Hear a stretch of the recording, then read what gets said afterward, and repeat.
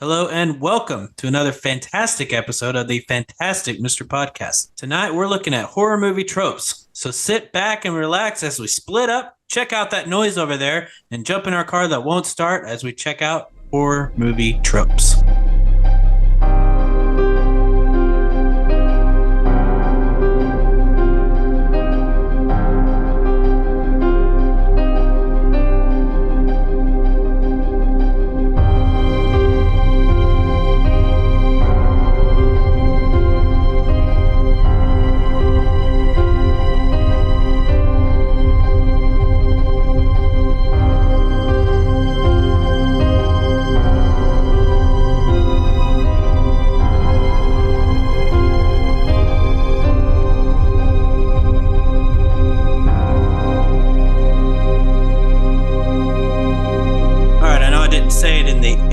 But my name is Justin Strange, and I'm here with my two lovely co-hosts, Zach Briggs and Jake Kramer. Say hey, guys.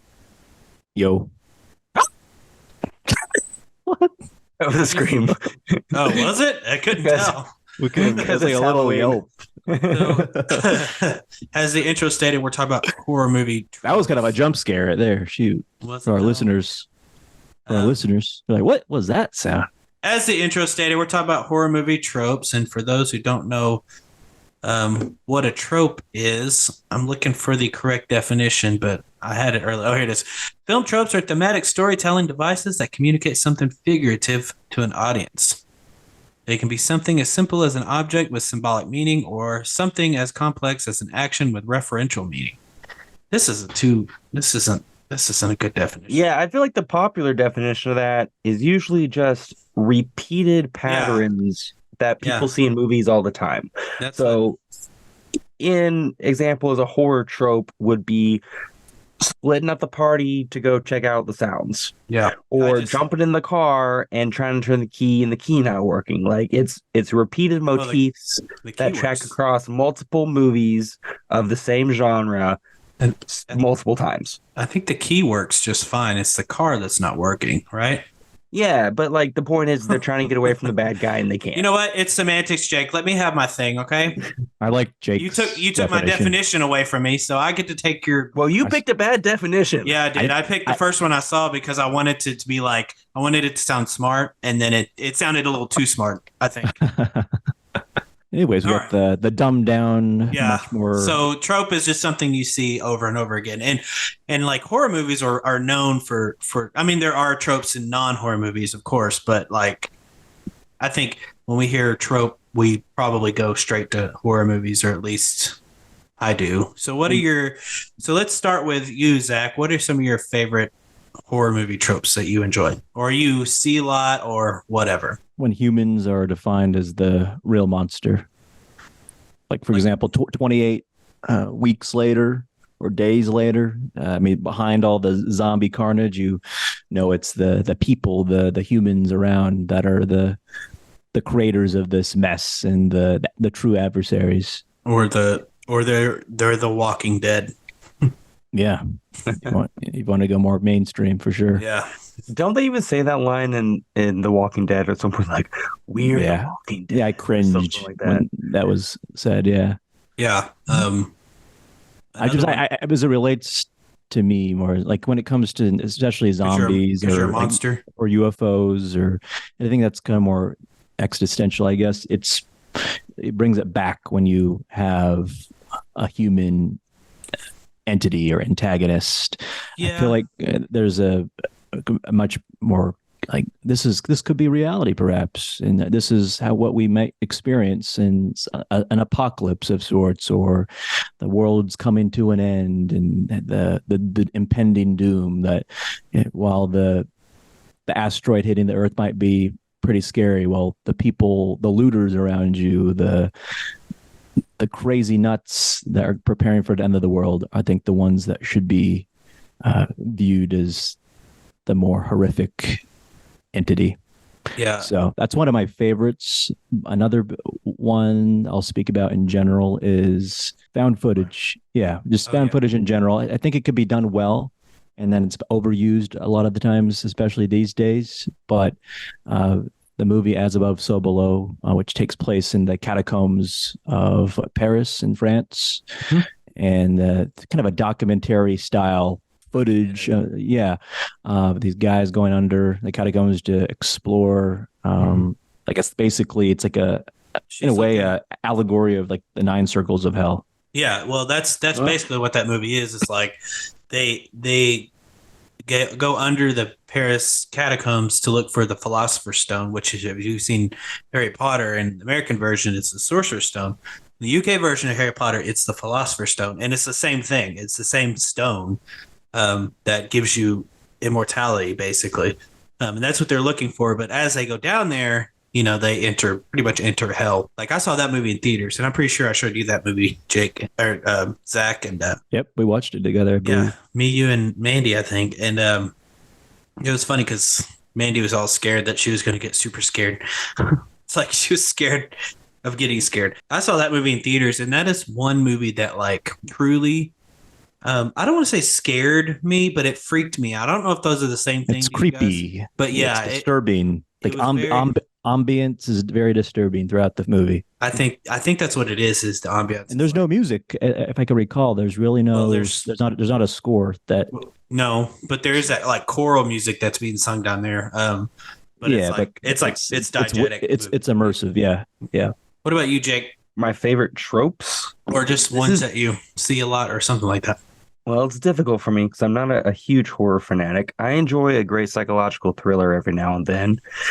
But I'm not a huge horror guy. So I guess for me, it'd probably fall under the lines of that psychological horror of, I don't know, a catchy name for the trope, but it's the, like, are they insane or not? Like, is what they're saying a figment of their imagination, or is it real? So like movies like Black Swan, or great movie. Great movie. Black Swan, or like Thing, or although The Thing doesn't really fit. I was going to say, I don't know if The Thing is one of them. All. Black Swan, or that doesn't fit at all. Oh, what's another one that I saw? Shutter Island. Shutter Island. That's a great good example. One. Yeah. There's also another one. I think it's called like it's not Source Code. That's with Jake Gyllenhaal. There's one where this guy basically figures out that he's in a simulation. The Matrix. Not The Matrix. It's like The Matrix, but horror. He, like, his daughter, I forget the name of the movie. His daughter dies. And so he goes about trying to get his daughter back. And basically he jumps universes to a universe where his daughter's alive again, but then everything goes wrong. That movie was really great because it had like these great data moshing visuals and trippy stuff. But it was like, is he actually in another universe, or is he just going crazy? So kind of that uncertain, I guess you call it an uncertain protagonist. So can you trust the protagonist's point of view? Hang on, is it the Mandela effect? Yeah, the Mandela effect. That's it. I just looked it up. I literally typed in everything you said, and that's what's called. I said, daughter dies, jump I just universe, don't know how I couldn't think of that word. Okay. It's okay. I guess that would be considered an uncertain protagonist or an untrustworthy protagonist, because you can't trust the perspective that, if you're watching the movie through their perspective, you can't trust what their perspective is true. So I like that trope in horror as well. I'm a big fan of splitting up to check the noise. It's like Scooby-Doo. Yeah, let's go, gang. And then they all proceed to get destroyed. And it's usually always Scooby, Shaggy, and Velma split up, and Daphne and Fred split up. It's never Fred and Velma. You notice that? Yeah, I have noticed that. And it's always like, oh, we're going to go upstairs to like the really comfy master bedroom to check out. If you know what I mean. Okay, cool. So I guess if I had to pick some, I like found footage as well. I enjoy it because it's almost like could be real, might be real, might not be real kind of stuff. What's the first one you saw? I'm guessing Blair Witch Project. The first one I ever saw, I think the first found footage horror movie I ever saw was the Paranormal Activity. I think I saw Blair Witch Project after Paranormal Activity. And I really like I don't care what anybody says. I enjoy all the Paranormal Activity movies, good story or not. There's just something about the whole storyline with that whole franchise. It's like Saw, you know what I mean? Like, But I did, what like, about the found footage makes it interesting to you? it seems as though, and it's supposed to seem like this. Seems as though there's no planning in the shots. You know what I mean? Like Paranormal Activity, literally, it's a camera on a tripod, and I think the camera moves back and forth, if I'm not mistaken. It's supposed to be like a CCT. So. Yeah, I mean, I know, I get what like it's supposed to be, but that's why I like it is because it's like they literally just put a camera on a tripod and pointed it toward the bed. You know what I mean? And things happen while they're so, and then even like during the day, it's just supposed to be Micah carrying the camera around. You know what I mean? So that's what I enjoy about it. It's just like even the Blair Witch Project. It's literally, I mean, it probably isn't a character carrying an actual camera, but it seems like it, right? That's what makes it kind of scary is it seems real because the footage has been found, right? It's like Anne Frank's diary. You know what? You know, she wrote in this diary and then she's killed and they published the diary. But of course that was real. That was very real. But it's just kind of that same concept where they're supposed to like, even like in the Paranormal Activity movies, it's supposed to say like, it says like, this happened so this long before the first movie. This footage was found, blah, blah, blah, blah. You know what I mean? Like, Yeah. It's supposed to give you that idea that someone found this footage and released it as a movie. And in the Conjuring movies, while it's not found footage, there's aspects and bits where they're watching supposed real like video recollections of one of their past situations, like the wife when she gets like possessed and she freaks out. Wasn't that captured on video in quotations? I guess I know that when they went like downstairs and they had the camera with them, I'm pretty sure that was shot with like an authentic, like almost like a VHS camcorder, if I'm not mistaken. So like that was cool because of that. I mean, there really wasn't anything scary about it. It just was more authentic than the rest. I feel like a lot of horror films will include that kind of decrepit, very low quality video to give the audience a view of, oh, this is happened before. This is what to expect. It's like a way to explain seriousness of this entity or this scary aspect that we're probably going to see more of later in the movie. And the movie The Fourth Kind, it's one of my favorite alien abduction movies. It's a suit, like Wikipedia describes it as a pseudo documentary, but it's kind of loosely based on some real events involving a psychologist. And there's this one scene where there's a dude being questioned about his apparent abduction, and he starts levitating on his bed, and that's shown on the video. So it's like that's another example as well. Like an earlier example, that movie came out in 2009. That was a long time ago. We talked about these movies before, but movie I think of with the whole found footage thing is like the VHS movies, where they literally watch VHS tapes. At least in the first two, they go in and they find all these tapes and they just start watching them, and they're supposed to be these real like accounts of, alien abductions and this like mass suicides and zombie attacks and stuff like that. It's supposed to give it that real feel. Now there's two more. Actually, there's two more that I haven't seen because I think now there's 5 and there's about to be a 6th one that come out. VHS movies that I have not yet watched, but there's VHS, VHS 2, VHS Viral, 1994, 1999, and then 1985 is supposed to come out soon. So there's a lot of those VHS movies out. And by VHS movies, I mean it's a movie called VHS where they watch a lot of VHS tapes. So, there should be a spinoff called Blu-ray. Or DVD. Or DVD. Or Laserdisc even. All right, cool. Is there any tropes you guys think of that you don't like? Or cringe-worthy ones? Yes, thank you. I was going to say, or that you think are cringe. Because I think the word trope just naturally, at least for me, has a negative connotation, but people need to know that that's not always the case. There's examples. There's good tropes out there that we've kind of already talked about. I mean, at least in my opinion, that display some of these tropes, such as the found footage, pretty well. But yeah, I think for me, the whole scenario of teens or young people having a nice wanting to be free and party and go to a lake or find a cabin in the woods. Yeah.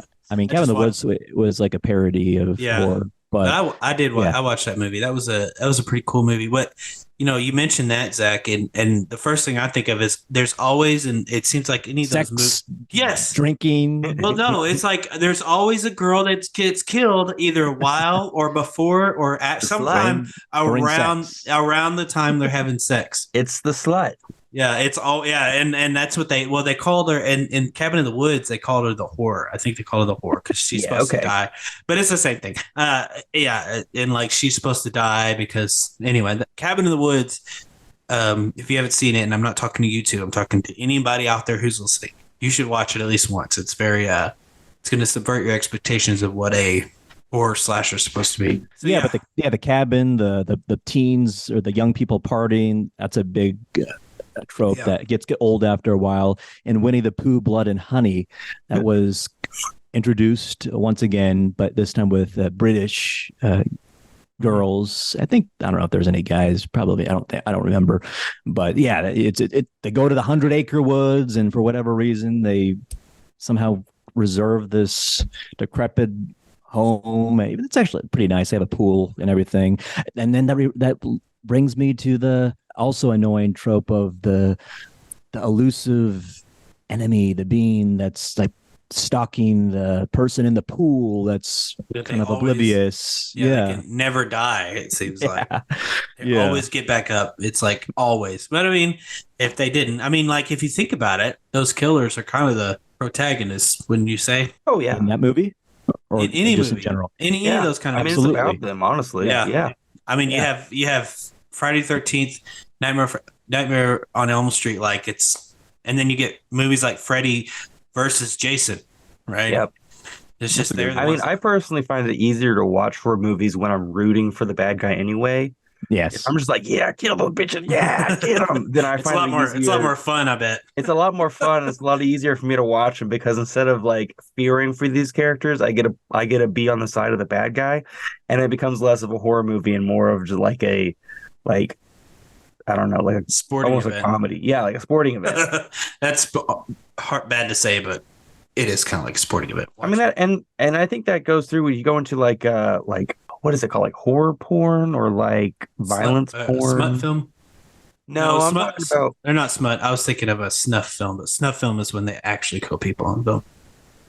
What? You ever heard of a snuff film?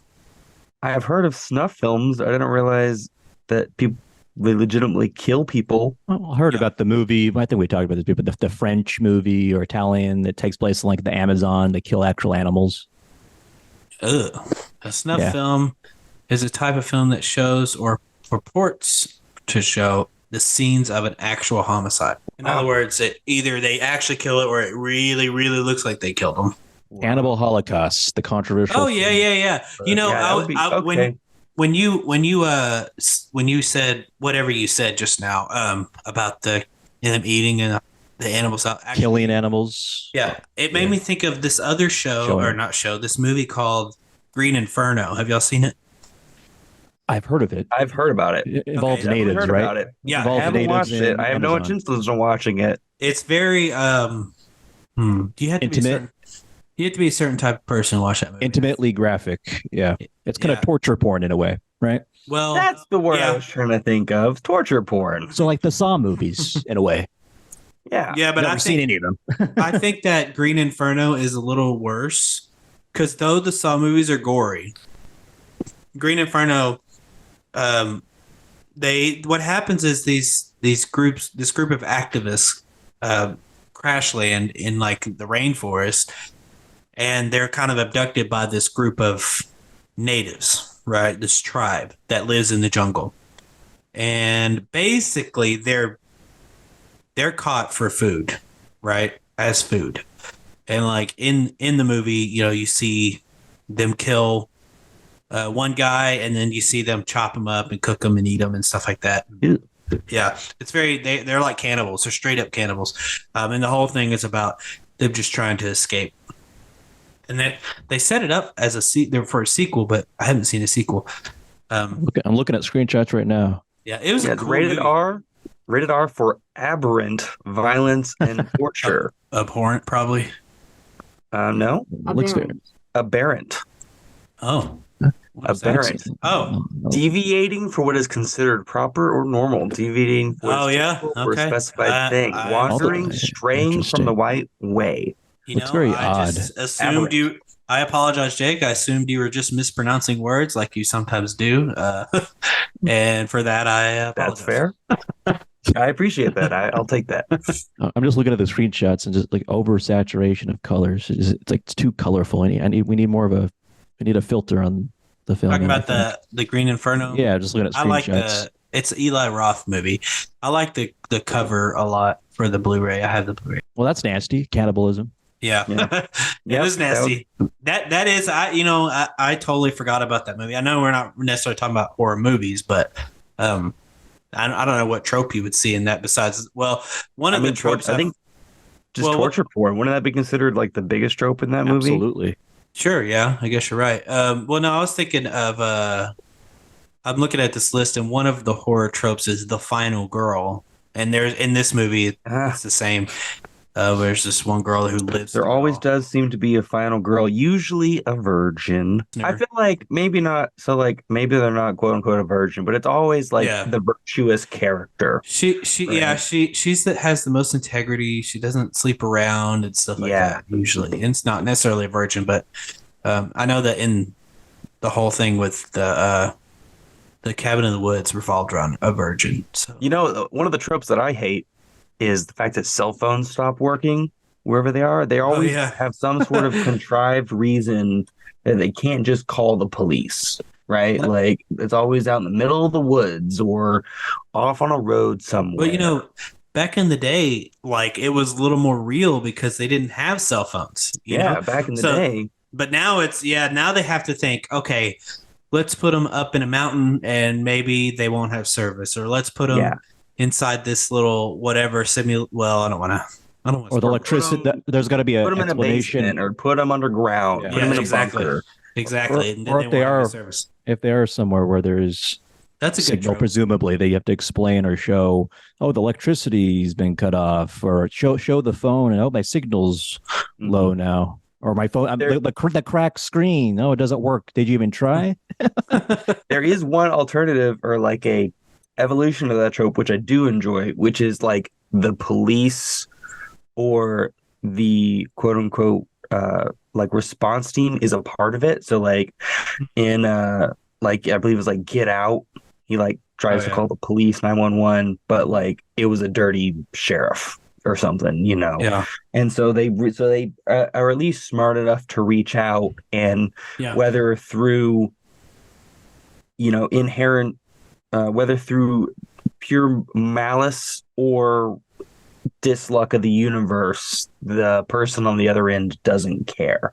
And that feels a little more real to me in the fact that there are corrupt police officers. There are like, God, like I don't know how many stories in the news we've heard where like someone died because their kid tried to call 911 and they just got a bad, person.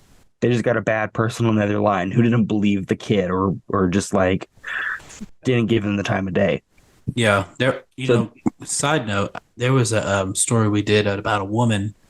I don't know if she was in Arkansas or not, but she got a person on 911 that was like not really dismissing her because she was kind of listening to her, but she's like, what happened was her car got flooded somehow. This is the woman whose car got flooded. I believe that was in Fort Smith. Okay, I was gonna say I don't remember if it was either in Arkansas or if it was out of Arkansas. Yeah, that was in Arkansas. Not Little Rock. That was an Arkansas story. I believe it was in Fort Smith, although I could be wrong. So don't. Okay, I won't count on that. But yeah, basically, someone's car was flooding, was caught in the flood, and they didn't take them seriously enough, and they ended up drowning. Yeah. They're like, "Oh yeah, Wow. just get on top of your car or whatever, and She's like, I we'll be there can't. shortly." She was even like, I don't want to die. Like that was one of Yeah, her words is I don't want to die. And the lady's like, you're not gonna die. Just hang on. And then she died. And it's yep, like who that 911 operator. Like if it were me, I would feel so freaking bad. But I don't yep. think she got in trouble or anything for it. If I So yeah, remember. so that's at least a little more realistic, where at least the characters are smart enough to reach out, but Yeah. whoever they reach out to is they're unlucky. Inept. But the Or when whole cell phone thing not working, or if when characters aren't smart enough to use their cell phone, that bugs me. like law enforcement does show up, they're incompetent and so Yeah, naive, and they'll get defeated easily by this creature. They're so stupid when they see this hulking guy with a, I don't know, a big old knife or whatever, and doesn't like think like or they decide that they can take them on one on like one instead of freeze, calling sir. for backup. Yeah. And like of course it's always a shotgun for some reason. I don't understand. Shotguns are powerful, man, especially Well, at close range. and Christmas, Bloody Christmas, which came out in 2022, excellent movie about a robotic AI Santa Claus that breaks out of a toy store, and there's multiple scenes where law enforcement comes and police, and they just die instantly because the Santa Claus just uses its laser eyes, and it's pretty funny. And just kills them. Yeah, and the police think like they're so confident as well. Like, well, I'm gonna start shooting, freeze, sir. It's like every time. It's like stormtroopers. They're disposable. Aw. Okay. So I found a list of from Studio Binder horror movie tropes. Hey, I was on the website earlier. Top 15 tropes and why they're effective. I'm So on the website right now. I have that tabbed up right now. yeah, so let's look at them. Why not? Right. Yep. This is film tropes or thematic storytelling devices communicate something figurative to an audience. That's the definition I gave earlier. That's Studio Binder's definition. But we have number one, which is the jump scare. So a jump scare is basically when nothing is going on and all of a sudden something pops out and scares you. Pops out of nowhere and scares you, right? So happens a lot, I guess, in like slasher films, pretty much anything, especially things including ghosts and demons and stuff. Even in non-horror movies, like what? jump scares. Yeah, but you have an example? In Equalizer 3, Denzel Washington's character just appears out of nowhere. And it's in the beginning of the film. I don't want to spoil too much, but basically it's a reveal of our protagonist and takes out a bunch of guys. But it was alarming to me. Oh, okay. So I was gonna say, did that scare you?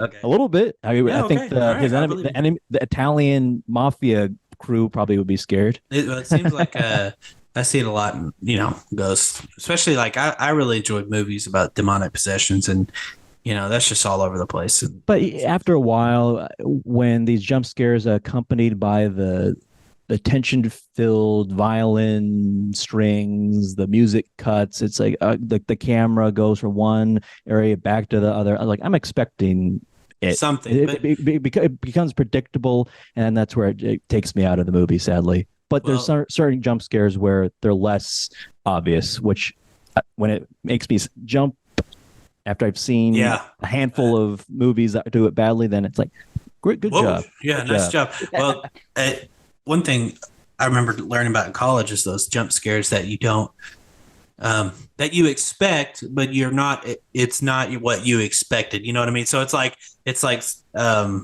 like red herrings. Well, yeah, exactly. So it's like a parent looking for their kid because they're playing hide and seek or something, and then they hear a noise, and then the kid jumps out and scares them, and so those are those jump scares that kind of make you think it's going to be one thing, but it ends up being another thing. Yeah, I hate those. I like the jump scares. Those are exactly the type of horror movies that I hate watching. Did you see Hereditary? When the guy he illuminates in flame, that was kind of a jump scare.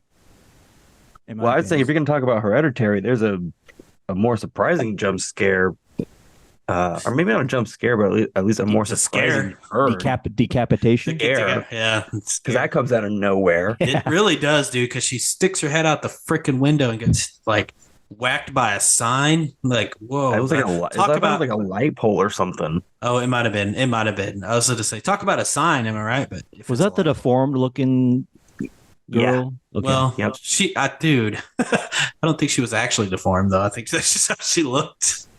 I think. I mean, think there was young. a purpose for the look. A little bit. Okay. Like the character was deformed, the actress wasn't, but the Yeah. character. I think they must have had some prosthetics on her or something. I don't know to make her look like that. I know a really good example of jump scares like Insidious, because they did some jump scares that were in like broad daylight Ooh. with no Oh, yeah. no lead up or anything to it. Well, even like Midsummer is kind of the same. I don't remember if there's jump scares, but I do remember the whole movie taking place in broad daylight. Dude, Midsummer is an atmospheric AF. Do you know they've got they have subliminal imaging in that movie? I'm sure they do. I've only seen it once, unfortunately. So throughout that movie, in the background of the film, they have subliminal imaging of previous scenes or things. Like for instance, there's one scene where they're walking across the field, I think, and in the trees in the background, the trees are shaped very faintly of her sister with the taped up face in the tube from the beginning of the film. And there's a couple of those throughout the movie like that. I need to check that out again, I guess. That's cool. I like Florence Pugh a lot. I just watched a movie with her in it called Don't Worry, Darling. Great movie if you haven't seen it. I need to see that with Florence Pugh. Yeah, I just said that. Yeah, I liked her in Oppenheimer. I mean, sure. Gave him the old Because she was Sloppenheimer. boobs. Ugh. I thought I liked her. I liked her way of trying to pull Oppenheimer away. You liked the foreign version where she's covered up in a digital bikini. You still remember that? That would be. I want to see that version just for the CGI. just to see that one part. Well, it's like Showgirls. I don't know if y'all ever seen Showgirls, but when they show it on TBS, she's got like a digital bikini on too. It's funny because she's like naked almost that entire movie, but then they show it on cable and she's got this sidetracked. It's my favorite things that TV does to make things PG-13. So like on Step Brothers, they had the actors come back in and like record like PG-13 versions of like all their swearing and stuff. That's hilarious on TV. Yeah, they did the same thing in Not Another Teen Movie, except they didn't. There's one part with this girl with Tourette's. She's trying out for cheerleading, and then she becomes a cheerleader, but she's like, "Give me an A, give me a B," and all this stuff, and then she goes, "Give me a," and then it's just like this long string of curse words because she has Tourette's, and then they all do it like exactly how she did it, but in the edited version, it's just this one long beep. And then it does the same thing for the audience. And I was like, that is funnier than anything they could have came up with. Yeah. It's clever. Yeah, it was super funny. It worked. Yeah, I like it sometimes when they that's the Midsummer frame. Yeah, look at that. We're looking at this. So for our face listeners, I've got a screenshot up and I'm showing the actual subliminal imaging within the Midsummer movie. It's showing her sister. And they do that with several other scenes throughout the movie with different things. I like her tabs you got up. Porn. Scrub Daddy and Duolingo, Sonic, Mario. Let's move on just a little bit. One jump scare I was going to mention real quick was I remember when Signs. My porn tabs aren't the jump scare for you guys. I was trying. No, dude, I left them out there for you to see. We're pretty used to it. Shows Justin looks for those type of jump scares. It's all the imprint gifts I send you throughout the week. Anyway, get back. Oh look, hey, Zach. What's up? On this this website Studio Binder, the first one is jump scare, and it has like a video of film talking about jump scares we know, and on the thumbnail is a picture of the fire when the guy gets set on fire on Hereditary. You were mentioning that. I didn't notice that till just now. Anyway, one jump scare that I want to talk about real quick before we move on is when Signs came out with Mel Gibson, and my brother loved that movie. Was a Joaquin Phoenix in that? He was he played like the brother or something. And so was he was a kid. Dakota Fanning was in that movie too. Yeah, young Joaquin. Okay. Anyway, and so there's a scene where it's like a home video almost but it's on the news, and it zooms in and it shows like an alien walking across an alley, and it kind of like turns and looks. And like my Bigfoot. brother, yeah, exactly. And my brother, he like wanted to show me that really bad, and he showed it to me, and it happened. And then I just kind of like sat there, and he looked at me. He's like, "Dude, that didn't scare you?" And I was like, "No." It's like, "Why would that scare me?" He's like, "Oh, it's just so scary." I'm like, "Okay." Anyway, I just thought that was a funny story from my childhood. Okay, second one is found footage. We talked about it a little bit already. So, Paranormal Activity, Blair Witch Project is kind of the pioneers of the found footage thing. So much so that when at the end of Blair Witch Project, you don't really know what happens to the main character, that they viewers and people started sending letters to her mother apologizing because they thought she'd really had died, because they thought, the movie was real. It wasn't fake. Well, I mean, I think we've talked about that before on we have. Yeah. A previous thing. They also did an insane marketing strategy for that as well that made people think it was real. Yeah, which, I mean, good job, because that they did. So number 3 is Creepy Clowns, and of course the one that comes to mind is It, or Pennywise, as they know. So which have you guys seen the TV movie It with Tim Curry? Tim Curry, yeah. Yeah. I've not seen it. I've seen bits and pieces of it. Yeah. I watched both of them, and though what's his face? Alexander Skarsgård, is that what his name is? Skarsgård? Yeah. That plays Pennywise. His is definitely creepier and kind of scary. Like Tim Curry's is funny. It's scary in a funny way. I don't know how to explain this. But if you get a chance, you should watch it. Because he's definitely scary. Bill Skarsgård, the other brother. Oh my God. My bad. It's okay. Talk about a jump scare. Oh my, yeah, jeez. Zach, yes. Bill Skarsgård. It's the eyes for him, I think. Yeah. The mouth. Teeth. Yeah. But like Tim Curry's is like, yeah, he's scary, but he's also like funny in a creepy way. Creepy pedophilia type way. Yeah. I don't feel like Bill gave up the creepo, the pedophile-esque vibe. I think because I think Tim Curry's is, I think of him as the dude from the Muppet Treasure Island, or from Home Alone 2, like from Clue. He's not in Home Alone 2. He's in Home Alone 2. Yeah, he is. Oh, you're right. He's the come on. He's the guy that does the big old grin that shows the Grinch, and then it does the transition to the actual Grinch on TV. He's the bellhop person. Yeah. I was thinking, and he gets slapped. You can learn a lot about a person from where they know Tim Curry. Home Alone 2. Muppet Treasure Island. Muppet Treasure Island. Okay, Jake, your turn. Where I know him from the best I know from Clue and Miss Congeniality. Ew. Those are two completely different movies. Well, I'm a diverse man. Whatever you got to tell yourself. Anyway, let's move on. Can you think of any other like creepy clowns? I can't think of any. No. Besides I mean, there's killer clowns from outer space. Oh, that's true. There are. I mean, that's clowns. Like. Oh, I know one. Originator of the genre. I know one. Joker. Okay. There you go. Well, that's a pretty good one. I mean, it's not a horror movie or anything, but he does get kind of scary. Horror elements. Yeah. Psychological. Okay. Next one is the twist ending perspective. In other words, a twist. So like The Sixth Sense is what the movie they have on this. Never seen website. That. The M. Night Shyamalan special. Yeah, pretty much. Everything's a twist. Even his last movie, what's it called? A Knock at the Cabin.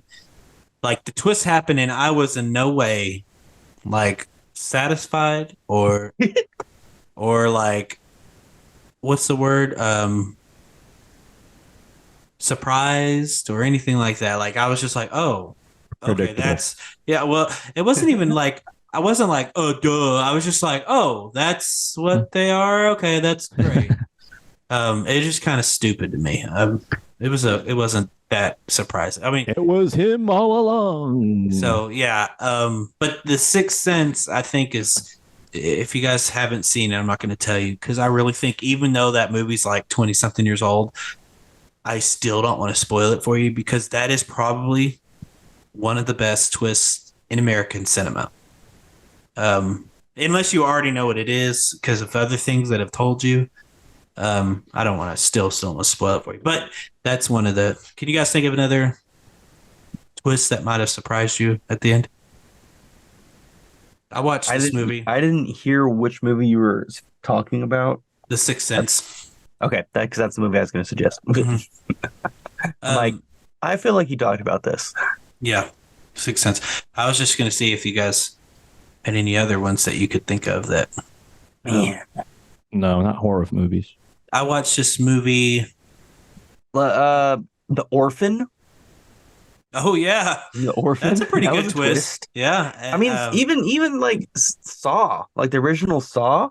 yeah, I guess Shutter Island's a twist in a way. The realization that he's this dude that doesn't know what he's talking about. One twist I didn't care for was the ending of My Bloody Valentine. If you guys have seen that, it's a movie with Jensen Ackles, whatever. He plays on Supernatural. But like the whole thing, there's these killings going on, and the whole time it was him. But like, it was the dumbest. Do you have like twist. schizophrenia or something? So he didn't. I mean, know, I guess he like just multiple didn't realize personality. Because like there was a scene where he was like in a cage, and like they're like, oh, he couldn't have done it because he was in a cage. But then it shows that he just walks out of the cage and kills the person. And I'm like, oh my god, this is stupid. We forgot to lock the cage. Yeah, it's like. Anyway, hang on. There's this movie I want to talk about, but I want to make sure I get the ending correctly because it's been a minute since I've seen it. Spoiler alert, people. Spoiler alert, definitely spoiler alert. So the movie's called Freaks, and it's from 1932. Freaks. It's about basically about these circus acts that live together, right? But one of them is like a little person who falls in love with a pretty woman that isn't a little person, but she's just with him because he's supposed to inherit a bunch of money. Okay, I figured it out. Dang. So I'm gonna spoil this for you guys because it's been like 90 years, so I think your time of not being spoiled is up. So this movie came in 1932 about a circus, quote unquote freaks, and so this woman is like not a good person, right? And so she treats this little guy like crap, and then she marries him, but then she doesn't want to be with him. She's having an affair with this other guy. Anyway, the ending, she turns into like a bird, right? It's like this humanoid bird thing, and that twist kind of like freaked me out. Like whenever the end came, and I was like, "Oh my god!" It's kind of the same with Tusk. If you guys have ever seen Tusk with Justin Long, same concept. He turned into a walrus. I think there's another movie called Enemy where it's like a pretty straightforward movie, and then at the very end, like this chick turns into a giant spider. Yeah, You sure it's got Jake Gyllenhaal because of course it does. Yeah, freaking Jake Gyllenhaal. And he's like this womanizer guy. Enemy, Jake Gyllenhaal. I'm trying to remember what happens to it, but what I remember, like it wasn't a scary movie. And then just like at the very last scene of the movie, he like turns around the corner and this chick he was gonna bang or something is just like this ginormous room-sized spider, and then the movie just cuts. The movie's about a man seeks out his exact look-alike after spotting him in a movie. Does that sound familiar to you? Yeah. Oh yeah. Okay, here it is. The very ending of the film, in which everything seems to be revolved, has Adam/Anthony's pregnant partner become a massive, horrific spider. Yeah. Feeling that the threat still exists in his mind. Yeah. Interesting. Man, I don't really care for Jake Gyllenhaal, but he plays in some good movies, dude. Like, I don't understand it. Like, can you get someone else to be in the movie so I can enjoy it more? What do you have against him? I don't know. It's just his like his whole demeanor is just like when he For whatever delivers lines, reason, it's just they're just Well, dead well, face. hopefully he's not for cast whatever as reason, to Batman. me, he seems like he bullied a lot of kids in high school. Yeah, it's just He just seems like he was the class he bully. just has no emotion when he delivers his lines. I don't know. Anyway, we'll move on. But that sounds like a cool movie, Jake. I might have to see that. The number 5 is Let's Split Up. So that's where we have multiple people and they feel like they need to split up so they can cover more ground, and something bad always happens to one or all of the groups somehow because there's not more people to defend against the enemy now. That one pretty self-explanatory. Okay, number 6 is The Cute Creepy Child, and the video it has up here is The Shining. Y'all seen The Shining? I have not. God, Zach, where have you been? I saw about half of it before you removed me from your I just need from to your use the password. subscription. My bad. Dude, I tell you, I see an unrecognized device and I'm like, I got to get off here because I'm pretty sure That scares you. it's just voodoo though. Only voodoo that I'm like, I got to change the password and You don't remember that it was. Why? It's not like they provided can take your information for it. movies. no, but they can use my card and buy it. Well, they just buy me more movies, I guess. Yeah, they just buy you more movies. And then I just say I didn't buy. Anyway, I'd just keep At the password. like the worst that could happen if someone just buys you just weird movies. I'd be pretty pissed because it wouldn't be somebody buying them for me. It'd be somebody using my card to buy the movie. So anyway, that's my voodoo. So anyway, The Shining is a good one because of the children in the movie. Come play with us, Stewie, forever and ever and ever. That was from Family Guy. And then he just shoots them with a bazooka, kills them. Can y'all think of any other weird children in movies? I mean, isn't there like I feel like that's a TV trope for a ton A of lot of horror yeah. stuff. Having the well, possessed, it's like- the unique child, and the family Like Babadook, idolizes. was it like Rosemary's Baby? The Orphan, because Orphan. at first we thought she was a child. The Omen. Omen's a good one. Yeah, the Omen. That's a what I devil's was trying to son. remember. Yeah, The Omen. I forgot about that one. There's some kids in the Conjuring movies. I feel like Okay, but they're not strange. They're not like that though. Would you consider like the kid in like the Butterfly Effect? You know, the little kid version of Ashton Kutcher. Kutcher. Yeah, Yeah, he's he wasn't- special. but he wasn't special. creepy. Or a little kid. Okay. He wasn't creepy though. All right, next one is Don't Go In There. Don't Go In There tends to be the words we say right before we see a character disappear or die in a horror film. I mean, that tends to be like the whole basis of a lot of movies. I mean, if they didn't go in there wouldn't be a movie. You know what I mean? I don't want to say they wouldn't be, but there probably wouldn't be. Like in It, gotta go on the home. Yeah, why not? Got to check out this strange door that opened for me. It's like on Cabin in the Woods, like the trap door to the like basement opens all by itself, and they're like, "Well, let's go see what's down there now because it's open." I'd be like, "Shut that thing, man!" Oh. I'm going to play video games. See it. Yeah, like I'm. Oh, that's weird. Let me just shut this now. It's like on Family Guy. There's an episode that parodies Poltergeist, the movie, and Lois and Brian are talking, and everything's normal, and then they turn around and like all the chairs in the kitchen are stacked up on top of each other in like a pyramid with the refrigerator on top, like standing upside down on top of all the chairs, and it's super funny. And then Lois was like, "Oh, I must have stacked everything on top of the table like that. Forgot about it." Yeah, that's probably what I did. I don't know why I'm telling you that story. I just thought of stupid things people do in horror movies, and that came up. The next one is A Clumsy Escape, and the video is from Pan's Labyrinth, The Pale Man. I don't really remember why. At some point in the film, oh yeah, I do remember why. The monster or demon has exposed themselves, and now in pursuit of the victim. The victim manages to just get ahead until suddenly they trip and fall down. Yeah, that's annoying when Yeah. they're in such. I could understand how it happens because depending on the person, they might be so distressed that they're not thinking straight, so they'll trip Yeah, or I think it's a fall. little more realistic than the cell Yeah, phones going out, because and you're in like, fight or flight mode. yeah, because you might not see that root that's sticking out of the ground or something. That's very real, Or especially in the you're dark. or when you're nervous. For some people, their legs just feel light, and when they're trying to run, they Yeah, just they might they be. fall. Yeah, I get I that can't. one. Yeah, I But can't. if it's like portrayed in a kind of comedic way, it's like, okay, just die now, please. Yeah. Well, You it's like deserve to anything. die. Anytime somebody's being chased, they feel like they have to have them fall, which, like you said, is kind of more understandable than some of the other tropes on the list. The next one is called Left with Bruises.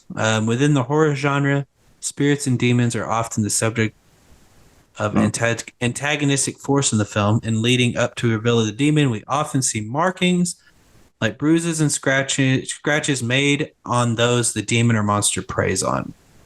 I That's don't what they do, I guess. Yeah, I don't The understand why demons. that's on this list. Like, yeah, of course they would see They're just real bruises. abusive. I think it's just like, I don't know, maybe it means like Well, think about like, leading up to the reveal, so they start yeah, seeing, yeah.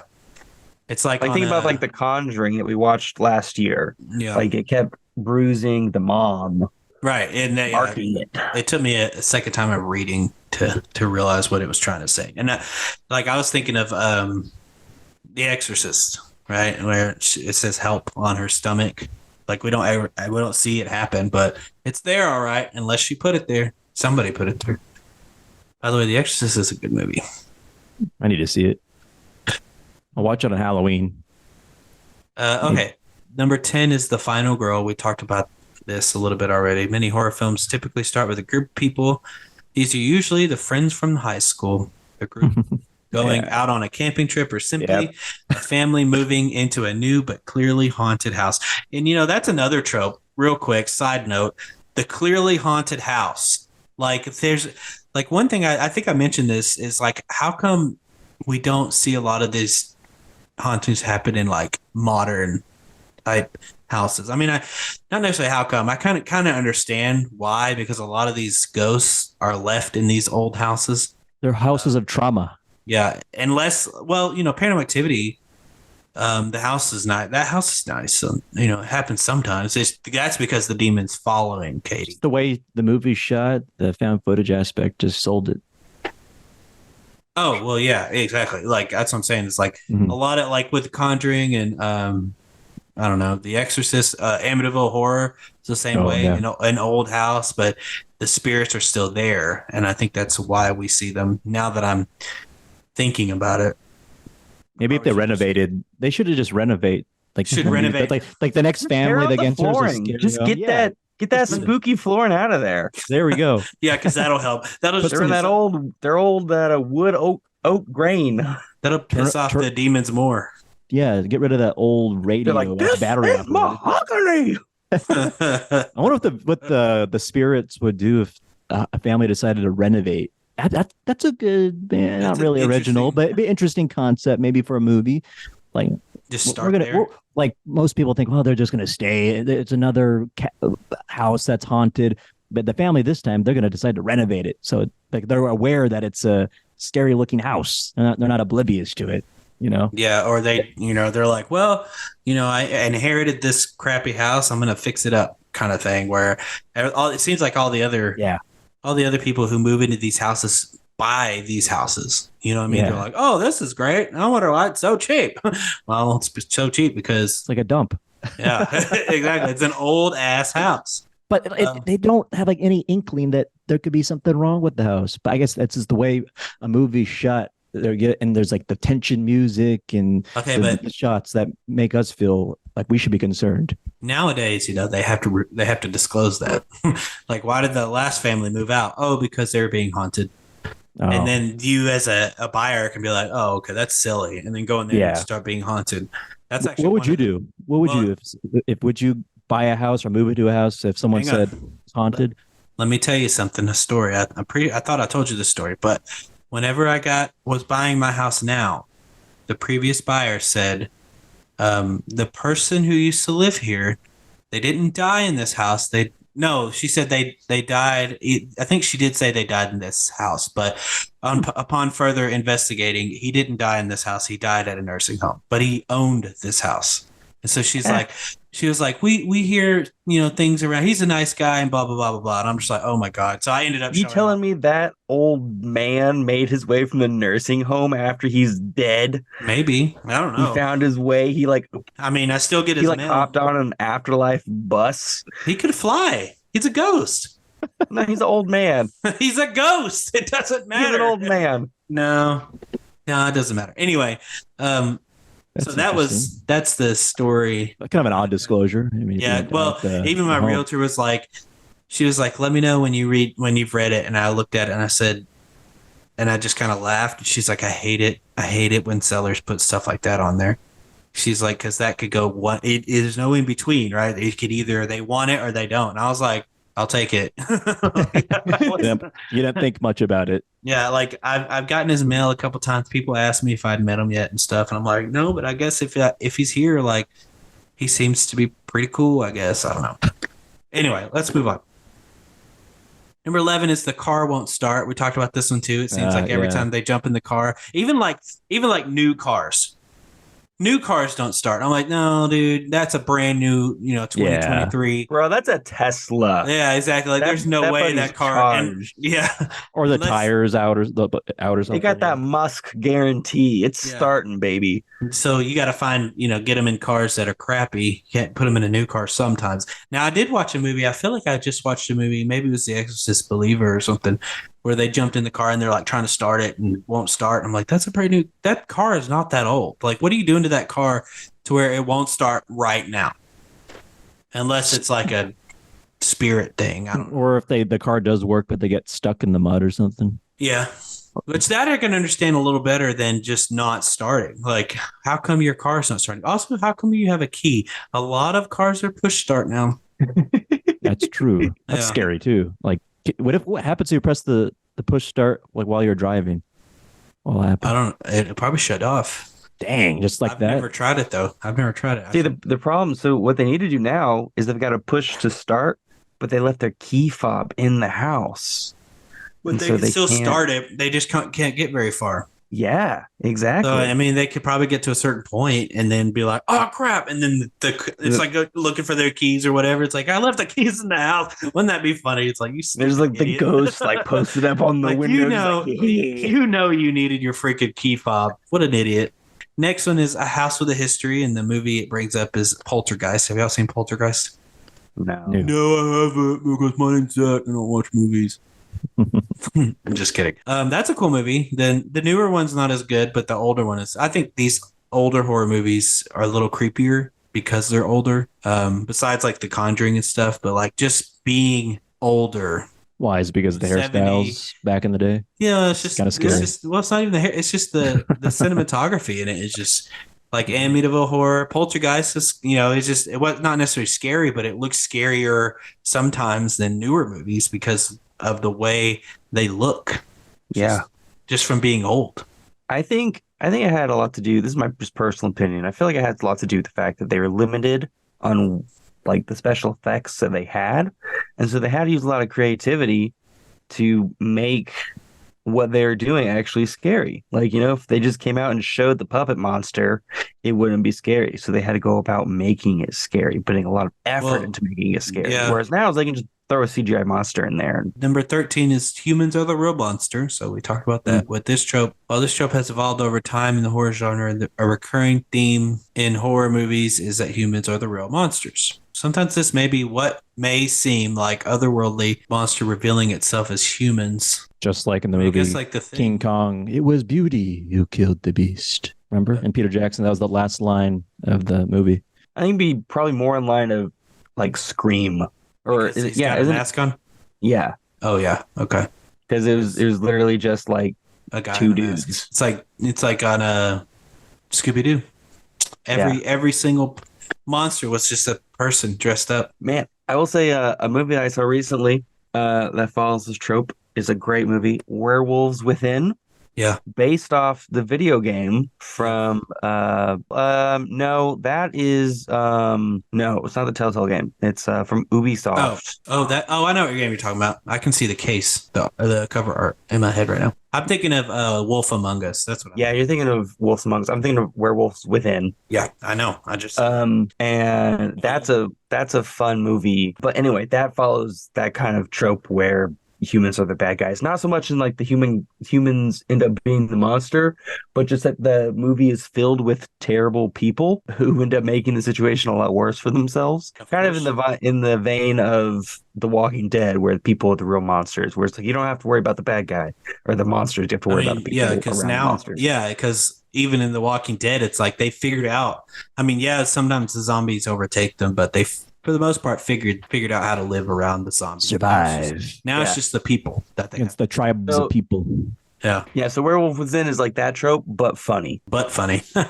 But funny. Number 14 is A Doll Possessed. I love me some possessed doll movies. So Chucky, Annabelle. The thing I hate about Annabelle is that they don't use the actual Raggedy Ann doll. They use like porcelain. Well, that's copyright stuff. Yeah. But still, a Raggedy Ann doll would be more ironically scary. You're telling me if you're the owner of Raggedy Ann, you would let them use like your sole IP? Absolutely. That'd be like Jenga reaching out to ISIS and saying, "Yeah, sponsor us." Jenga. I think it would boost the sales. I don't recall anyone besides my dad that has a Raggedy Ann doll these days. I don't think any kids. I want Raggedy Ann. I had a Raggedy Ann doll. I remember them. You're an old soul. That's why.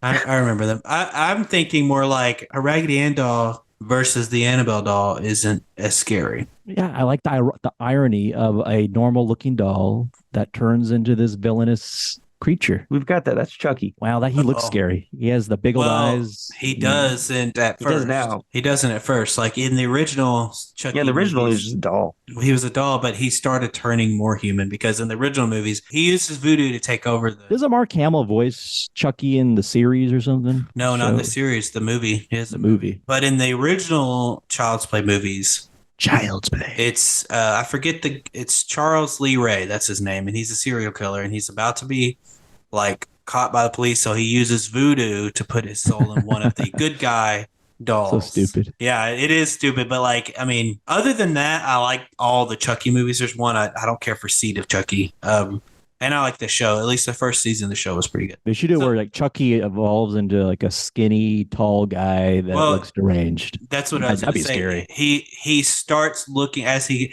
continues to inhabit the doll, he starts looking more human. So he's got to transfer his soul to a human because he can't live in the doll. Because like even he starts bleeding. He needs a new vessel. Brain. Yeah, exactly. And that's what Andy Barclay, he wants to transfer his soul into him, but he doesn't get to. Those are the two that I like. We get to talk about possessed dolls. If you were like a creature that needed a new vessel, which body would you want to be in? What do you mean? Yeah, who would you want to take over? Oh, I don't know, like a celebrity, I guess, probably.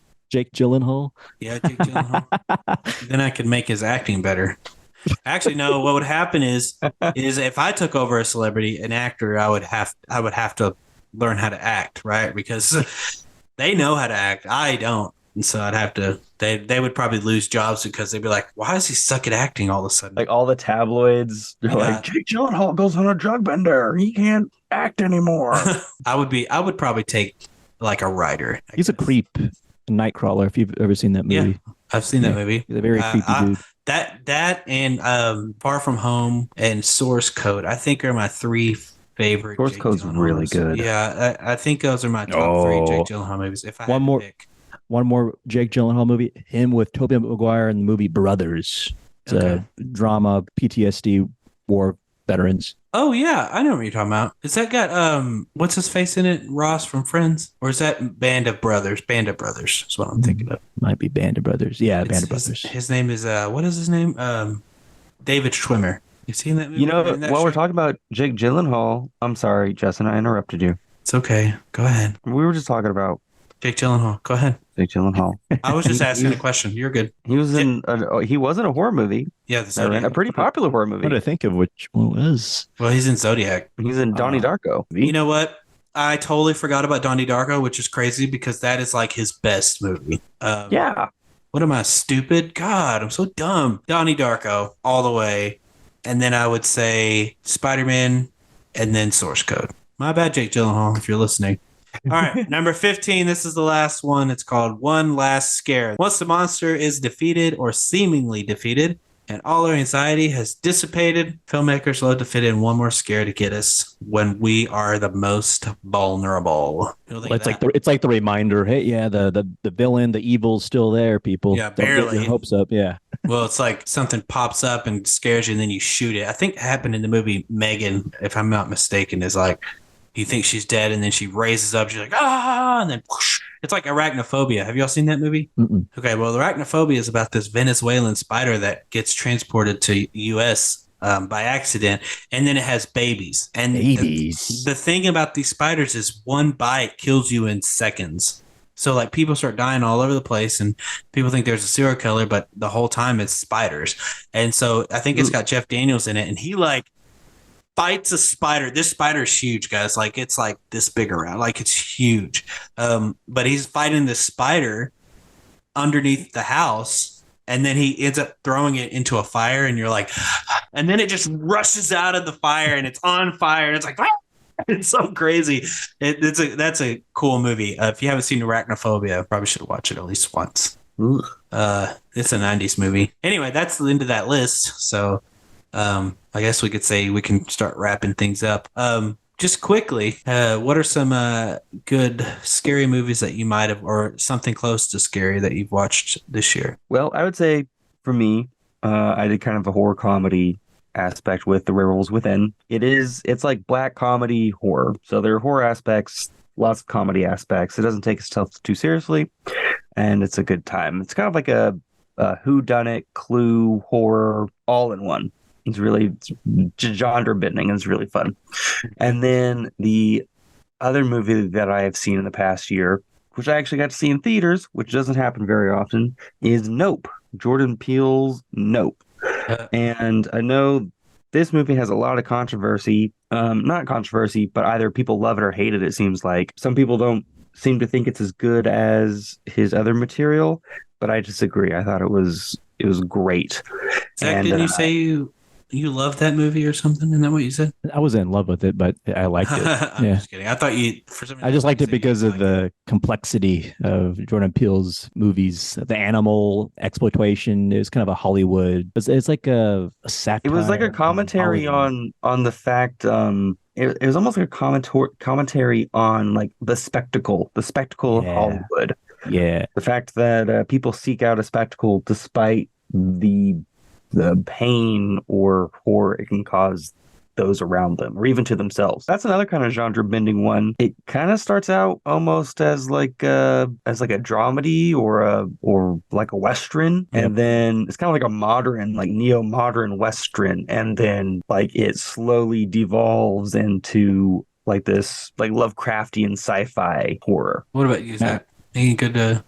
I'm trying to think. Threads. That's the most recent one I rewatched. Again, we talked about in previous episodes about the nuclear conflict, and it's told in a documentary in style with lots of text narrating what's going on and lots of visuals of destruction after a bomb hits the community. And then I think what's more horrifying is just the way that humanity tries to adapt to a world that's been hit by a nuclear bomb. There's one scene in there that's quite disturbing with a deformed looking person that was conceived, and that person eventually gets raped and killed, I believe. Oh. So there's lots of horror aspects to it, but other than that, I'm looking at my like the movies I've seen at the theater. Nothing. Yeah, that's what I'm looking at. Nothing is strictly horror, but there's maybe aspects of horror in All Quiet on the Western Front. I mean, World War I was absolutely terrifying. I'm sure some aspects of that movie were war is a scary thing. I tell you. Other than that, yeah, there's nothing. I don't really go out of my way to watch horror movies. Not because I'm scared or anything. It's unfortunately negative connotations. I think of horror movies. It's got to be like something good.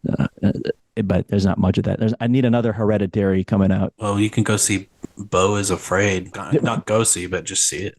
Have you seen either like Pearl or X? I think it's an A24 They're both film. A24 movies. Yeah, I know what you're talking about. You've seen either of those? Those seem like they would be up your alley. Yeah, I looked into Pearl when it came out. I didn't, but Pearl is like a spin-off of X, I think. Isn't that correct or something? Yeah, like it's like a sequel. I forget which one came first. And so I think Pearl's a prequel to X, if I'm not mistaken. But I don't know that for sure. Don't quote me on that. But that's one reason why I didn't go see it, because I didn't see X. So I was like, I better wait. Were we going to ask that? Would you consider The Menu to be horror? Oh, that's a good question. Because I saw that. I think there's some. Yeah, I don't know if I'd consider it a horror movie, but I think it's a drama with some horror elements, because there's a lot of like weird. There's some sudden twists to it. Yeah, sudden twists, but like there's murder and suicide and stuff like that in the movie. So The Menu was a wonderful movie. I really enjoyed The Menu. That sounds delicious. Okay, Zach. I did like The Menu a lot. That was one of the first movies I saw sometime. When did the Menu come out? It's not on my list. I need to put it on my list. Is Human Centipede considered what kind of horror? What kind of horror? Body horror. Called body horror movie. Yeah. How does it end? Does it end with like like the number 15 on the list on Studio Binder? That type of trope. How does it end? Ooh, remember? No, I don't remember. I've only seen it once. One last scare. I think it's a one final girl.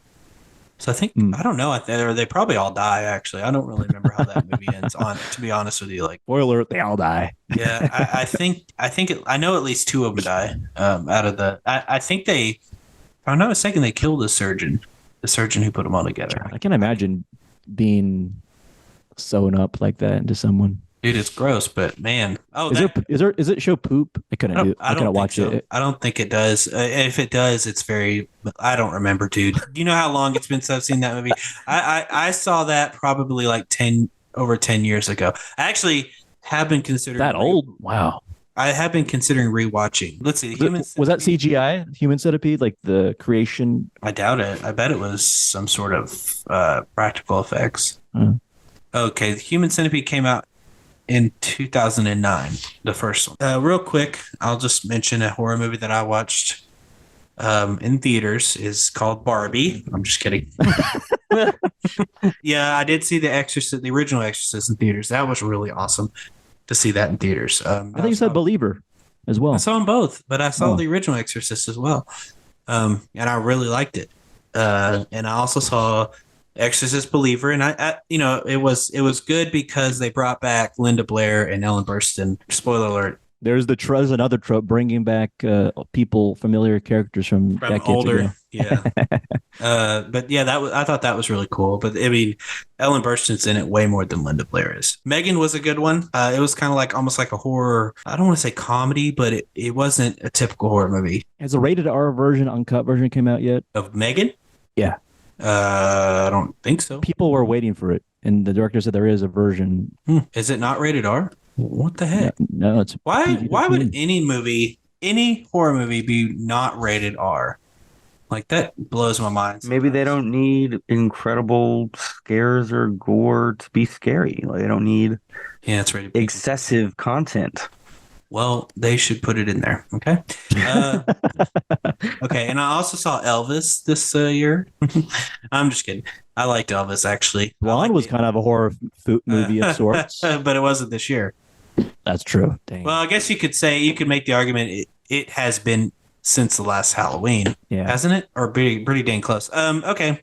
The Whale was kind of a horror in some ways, too. Have you seen that movie yet, Jake? The first scene? I was gonna, but somebody blocked me out of his Voodoo account. Jesus. I saw Evil Dead Rise. I'm just gonna tell you what horror movies I saw this year. Or at least that's on my list. Megan. See, if you guys haven't seen Triangle of Sadness, it's not a horror movie, but you should watch it. Hope's Exorcist. That was an okay movie. Evil Dead Rise. That was a pretty cool movie. Insidious, The Red Door. And then I saw The Nun 2, Saw 10, The Exorcist, The Exorcist Believer. Those are like within weeks of each other because it's like almost Halloween time. Those are the horror movies I watched this year. And I think my favorite was probably The Exorcist, the original Exorcist movie. Any final thoughts about horror movie tropes and stuff like that? I wish the tropes evolved and instead of staying the same. Are there any like horror movies you plan on watching before Halloween is over? I need some good recommendations. Real quick, Jake, I know we're trying to wrap this up. I watched The Thing. Yeah. It's clobbering time. No, the wrong Get out. Jesus Christ. I watched The Thing and I enjoyed it. I don't think I enjoyed it as much as you did. Probably not. Yeah, but I did absolutely love the special effects. Like The Thing itself, I thought the special effects were like on point, especially for 1980. I think it was 1984. Yeah, they hold up like amazingly well. It was like, it was gross. Like just seeing it, I was like, dang, dude, I wonder how much money they spent on these special effects and these practical effects. But man, like at the part where you think it's dead, the thing, it's laying on that, and then it gets that redheaded guy that's bald, gets him, but then they kill him, but then his head comes off and he starts walking away as a little spider, and I was like, oh my god. And then they looked at it and they were like, are you fucking kidding me? Yep. And they kill it. I was like, you gotta be kidding me. Like, I thought that thing was gonna get away. And what I liked about, and so among many reasons that I like that movie, what I liked about that movie particularly is there weren't any dumb protagonists. No, like, they're all pretty smart. The situation that they were in, they made every right decision that you could possibly make, given the situation they were in. The one thing about it, go ahead. I'm sorry. Go ahead. I was going to say, and it still ended up poorly. Oh yeah, for all of them. Now, the one thing I will say is like they figured out this thing pretty quicker than most. I guess it's because they're not stupid. It's because they're smart. They were like, this thing's mimicking humans and mimicking things. Like they figured that out like a little too fast for me. Because I was like, oh my god, they figured him out already. Like they can't like have a couple more kills before they figure him out. But with the whole, once they figured it out and then they're like figuring out how to kill it, that was still fun and interesting to watch. But I could have gone maybe 5 more minutes with them not knowing who or what. I think that the fun for me came with the fact that it created a sense of claustrophobia because they know that it's imitating and they know that it's killing, but they don't know which one of them. They don't know who. They don't know who. Yeah. Exactly. It's like Alien, but in Antarctica. Or for like our Gen Z audience, it's Among Us, but in Antarctica. Oh my god! Yeah, I guess you're right. Wow, good comparison there, Jake. Among Us should make a special like The Thing edition. Oh my god, that'd be dope. Be funny. So yeah, it was a cool movie. Zach, if you haven't seen it, you should probably watch it. It was cool. I didn't even bother watching the 2011 one. I didn't think it would be that What good. breaks my heart is for the 2011 one, they actually brought in the same animatronics and puppeteers that they used for the original thing. Mm-hmm. And they had a massive budget for them to use that, and then the studio decided to go back in and replace all of their work with CGI anyway. And it looks like dog, you know what? So, is there an uncut version or a version with the? No, there's no version. The VHS tape of episode 1 where Yoda's still a puppet. Yeah.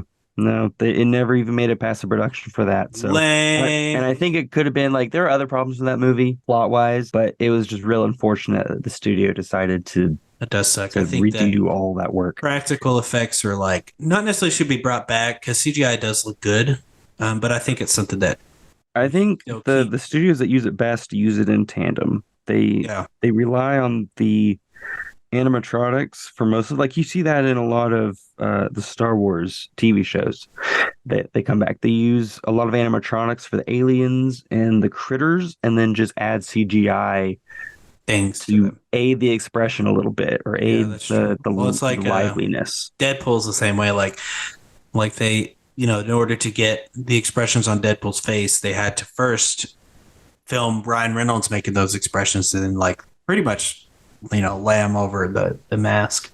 Yeah. It's the same thing. Like, yeah, it's great. He's wearing the whole suit, but we still got to see his expressions. Yeah. All right, cool. Well, I guess we'll stop there unless you guys have any final thoughts about anything. All right, happy Halloween. Yeah. Happy Halloween. Thank you for listening. If you liked this episode or didn't like it, you can check us out on Apple and Google Podcasts, YouTube, and Amazon Music, and pretty much anywhere you get your podcasts. You can also check us out on Spotify. Wait, I just said that, didn't I? And it's Spotify. I missed Spotify. We missed OnlyFans too. And then you can also check us out on social media. That's where I was going with that. Is Facebook, Twitter, or X, formerly known as Twitter, Instagram, and YouTube. So we'll see you guys next time. Thank you for tuning into this special Halloween episode. Jake? Have a fantastic Halloween. Bye.